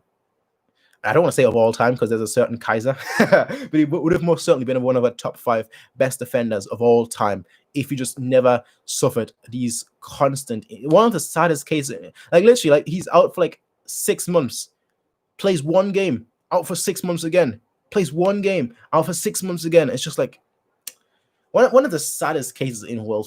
Obviously, it sucks because he's a youth product as well. Just one of the absolute saddest cases of football, of the cruelty in football. If Nicholas returns, who will go to the bench? Alaba, Boateng? Oh, I hate this question because I had a similar question. Somebody asked me a similar question on Twitter. You know, who should play? Davies, Alaba, or Lucas Hernandez? And it's like, I don't know how to answer that. So this question, if Nicholas Sula returns, who will go to the bench? Alaba, Boateng, or Davies? I don't know how to answer that. But before this quarantine, I would have said Boateng. But Boateng has actually come back and he's actually played good again. He's had this massive period of time where he hasn't been good this season, but now he's actually performing very well again. Alaba, obviously not a natural centre back. but he's just performing good. Davies, not a natural left back, but he's now performing so good. It's like we have the squad. So I personally actually wish that we didn't have a set lineup, so I don't have to answer that question. I certainly don't envy Flick having to answer those questions. But we have the squad where we can like rotate, and it helps that like a lot of our players are very, very good in multiple positions. Davies could play as a left winger, you know, that's his natural position. You know, Alaba plays in midfield for Austria, played in midfield in youth, then went to left back because we didn't have a space in midfield for him. You know, now then he developed into one of the best left backs of all time. And now he's playing centre back. You know, so we have a lot of Boateng is probably like the only Boateng and Sula are probably the only two players that like are not versatile, so they have to be centre backs. But then you look at someone like Lucas Hernandez, centre back, left back, Pavard, centre back, right back, Kimmich, right back, midfield, right back, central midfielder. He played centre back today after being in midfield for the first half and then centre back in the second half. Like, we have so many versatile players that we could honestly play however we want, and I still would feel confident of our players performing to that level. That's how insane it is. I don't know how to answer that question. It's not that I'm not gonna answer that question, but I don't know how to answer that question. All right. Davies, Robinson, Lodi. Nobody else is close. I mean, certainly the two at the front. I'd certainly think those are the two best left back in world football. Without a shadow of a doubt. I just don't know how to rank Davies because he's only been good so far. I've actually, funny enough, I've seen a lot of like Liverpool is probably the team that I watched the most. I don't know why you guys can hear all that noise outside. It's supposed to be quarantine period, but my neighborhood doesn't understand that. We're having a barbecue right now, actually. But like, yeah, there was just this thing, right? There was just this thing where, like, I actually watch quite a lot of Liverpool because I have so many friends that support Liverpool football club. So I actually know how good Robinson is. I know how good their fullbacks are in general. But for me, it's very, very difficult to like judge Alphonso Davies because I don't know what his worst is. So yeah, that's just the way I see it. I don't know what his worst is. Iniesta, his worst was an 8. I'm not. Iniesta had a lot worse performances. Right? He had worse than 8.5. Right, I can think of a few performances where he was terrible, but like in general, he was very, very solid. Another player that I wish I know a certain Klinsmann, despite the fact that I don't have the fact that I don't have high regard for Klinsmann. He wanted Iniesta at Bayern, so that's one of the things that I'll always be like, yeah, I wish you got your wish, right? Even if you got sacked afterwards, I wish you got Iniesta at Bayern, but it didn't happen. Hi there, you still streaming? I went to eat, watch the rocket take off and land again in a time. Not bad. This was supposed, right? Right, here's the thing, right?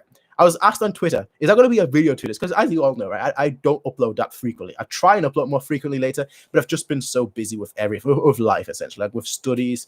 Now that those are over, I'm busy with just work and quarantine and so on and so forth. And it's just like, there's so many things that keep me busy. So somebody asked me, will there be a video today after this game? I was like, there won't be a video because I don't want to wear clothes. It's way too warm and I have to wear clothes for a video. So I'm just going to do a podcast. Without your video, I'm just going to talk for like 10 minutes and then just upload that, right? As I've basically been doing for like the last 2 weeks or so, right? But then I was like, you know what? Let me just find a shirt that I can sweat in because it's so bloody warm and just stream. Maybe like stream for like 10 minutes. We're now here for an hour and a half. I've been trying to like end it like 5 times, but I just read more comments.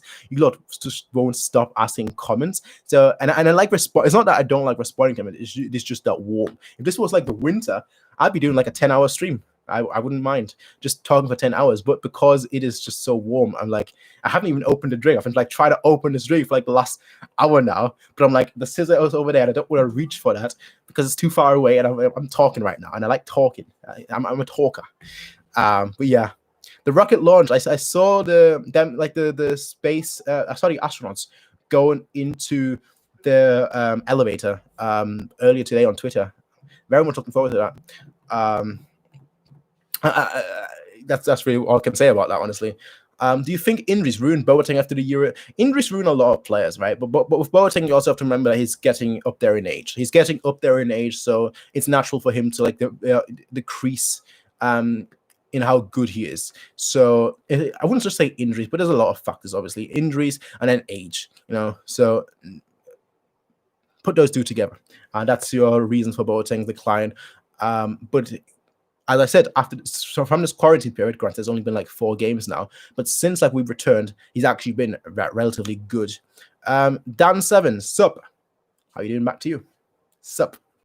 My prediction, the side away freak. My prediction is Boateng would be replaced with Hernandez. Sula will take Alaba's spot. Davies might even compete with Alaba for a spot at left back. Something like that. Yeah, but I think we rotate enough.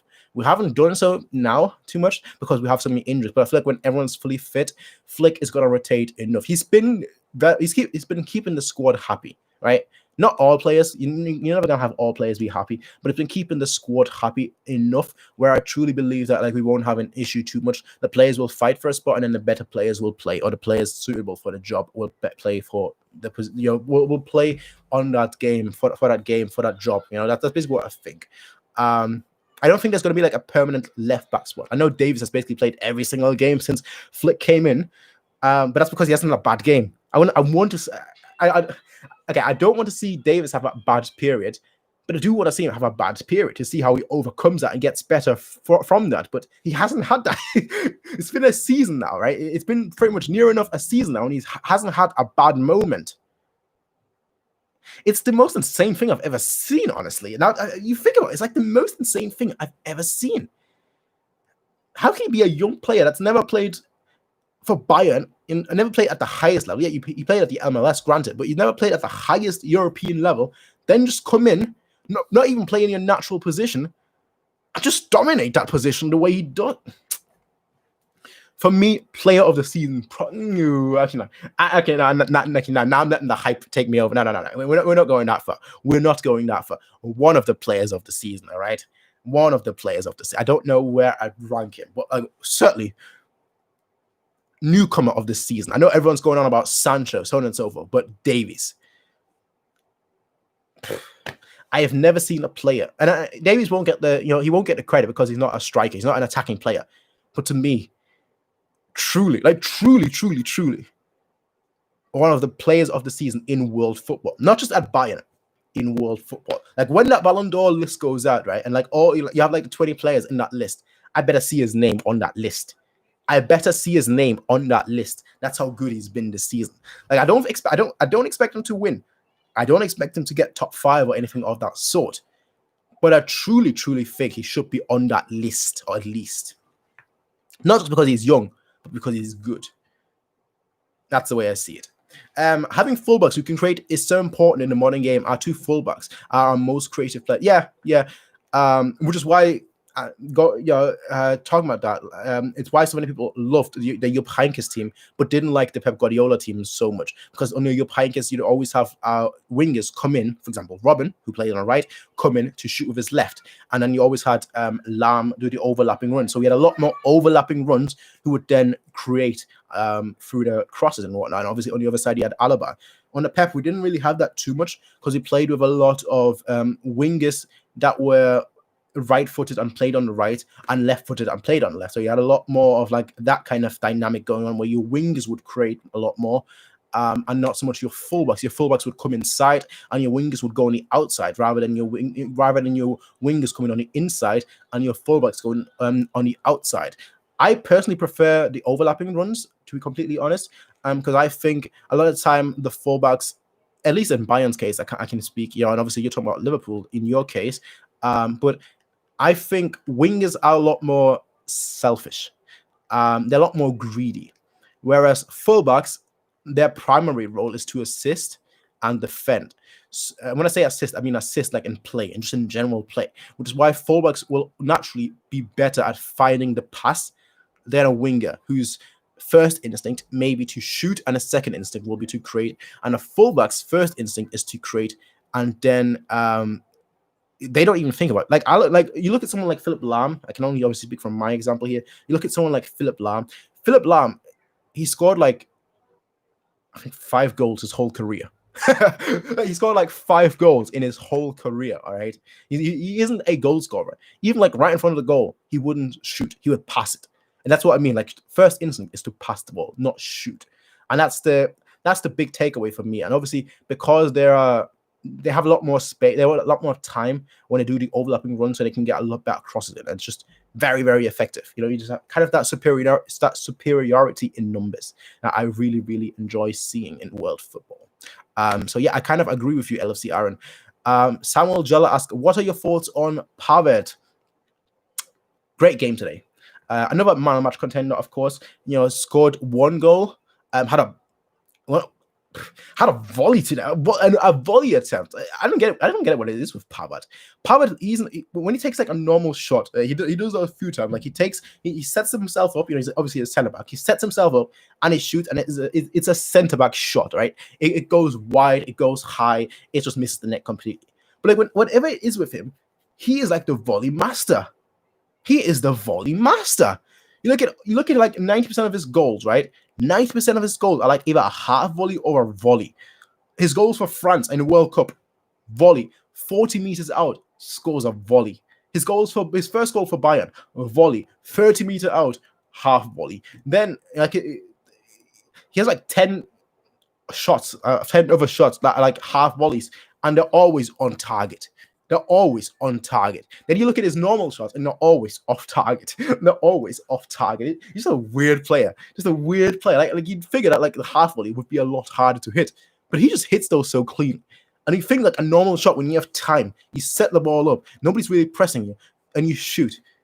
Those would at least hit the target. They always go wide. Good header of the ball, of course. That's how he scored his first goal. And he technically scored the second goal as well. But, it kind of got deflected and then he went in. And so it was counted as an own goal. Okay, cool. But, like, very good game today. Overall, very solid at Bayern. One of the players that maybe at the beginning of the season, a few people didn't understand the signing. They were like, 35 million? Okay, understandable. And then they were like, Lucas Hernandez, 80 million. Ooh, that's the most expensive signing ever. 80 million euros. And they're like, oh, that's a lot, but it's a centre back. We kind of need another centre back. And now, Lucas Hernandez, unlucky for him, he has been ill. Pavard has just delivered as a centre back role and as a right back role. He's just delivered as a whole. He has just delivered. But yeah, ladies and gentlemen, there are no more questions. We've gone through them. We've now been here for 1 hour and 41 minutes. Okay, I'll answer this one question. Who's your top 5 central midfielders?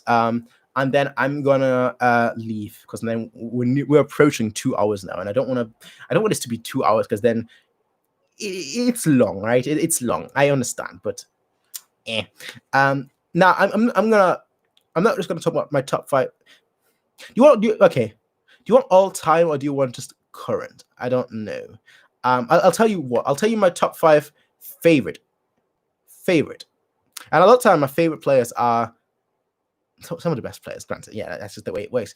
I'll just talk about 5 not just central midfield, but midfielders in general that I really, really like in world football.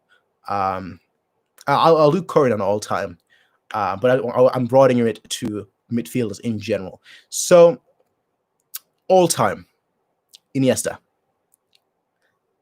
This one is a bit of a cop-out, but Lahm when he played in midfield. Schweinsteiger. Okay, now you see, I'm just gonna list off all the heroes, so I'm gonna try and avoid that. So Iniesta, Lahm, Schweinsteiger, Zidane.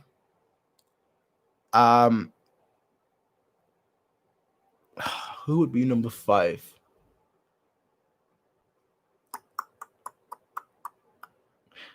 I want to say Javi. I truly want to say Javi. I know he's not really played much for us lately. He's kind of always on the bench, but I want to say Javi. I truly want to say Javi, because when he was on form, he was brilliant. Like, he was just a rock. Quite literally a rock. Nobody could get past him. I think there's like one YouTube video that calls him the Bulldog, or something like that. And it's like that really summed them up. That just he would like be on the ground and he would still go after people. Kind of like Vidal. Vidal would actually be a great shout as well. I really, really liked Vidal at Bayern. But like, if you're talking about current. I'm going to include all midfielders just because that makes it easier for me. Muller.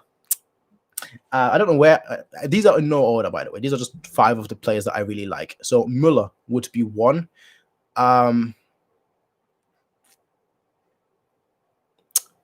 Muller would be 1. Who else? I can't think of anyone else that I really that like I just really enjoy for one reason or another. I don't want to just list like our team. Now that'd be a cop out, right? Because I could just say Thiago, Kimmich, Tolisso, but I don't want to do that. I kind of like just want to, in terms of like players that I truly like, there aren't many players actually that at Bayern that I like I truly really like. I like the squad.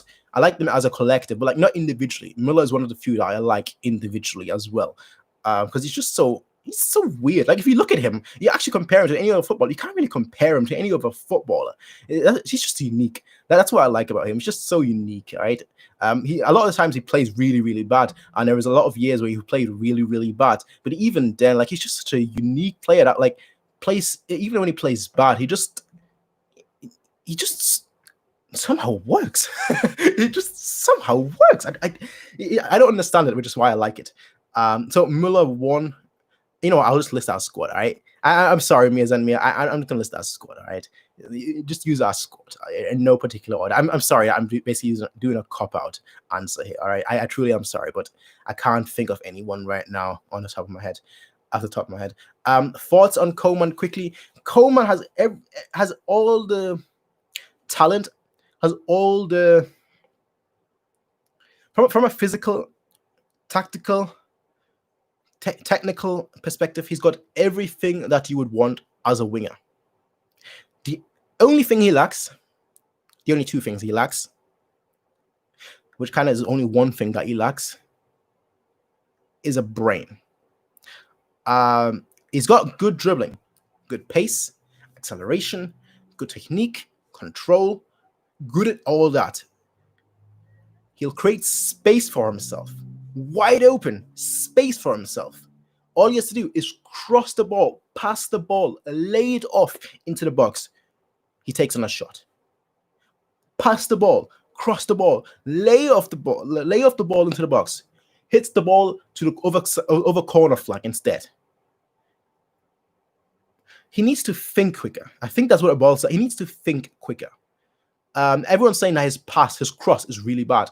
I think he just needs to think quicker. I think that's what it boils down to. Like he takes that second. It's not natural to him. It's like he takes that second or 2 seconds of thinking, and it's like a hesitation between should I take a shot, should I cross the ball, and just that split second is the reason why he's not as good as he really should be. If it was just up to like, if you were just to compare Coman everything besides his crossing ability or decision making, I guess you want to call it that, he would probably be one of the best players in world football. But because his final ball, the final moment, everything that leads up to the final moment is great. The final moment itself is atrocious. If he was to improve on one thing, I truly think he would be. I truly think there would be a lot less people complaining about him than there are. A lot less Bayern fans complaining about them because he would be excellent. He would have 15, 20 years because he makes that space for himself. He makes that space where he can have 15, 20 assists a season. It's just his final ball is so bad. And it's always so frustrating because you're like, yes. It's always like a build-up, like, yes, good stuff. And it's like, again. And that's my thoughts with Coman. One out of like every 20 crosses will find their man and create a chance. But that's like 1 out of every 20 crosses. So that's my issue with Coman. And he needs to be more effective. He's good, but he needs to be more effective. But yeah, ladies and gentlemen, that's my thoughts. First stream in like I think 2 years or so. So hey, first of all, thank you to everyone who chimed in, who commented, who watched, so on and so forth. I'll be ending it here. We're now currently at 1 hour and 48 minutes of stream time. So that's been quite a long time. I'll be seeing you all in the next one, everyone. Hopefully we can do this more regular. Again, I'm in a position where I don't know how much time I have at any time. So streaming is always a bit of an issue for me. But yeah, I'll be seeing you all in the next one, everyone. Until then, have a nice day. Peace out and bye.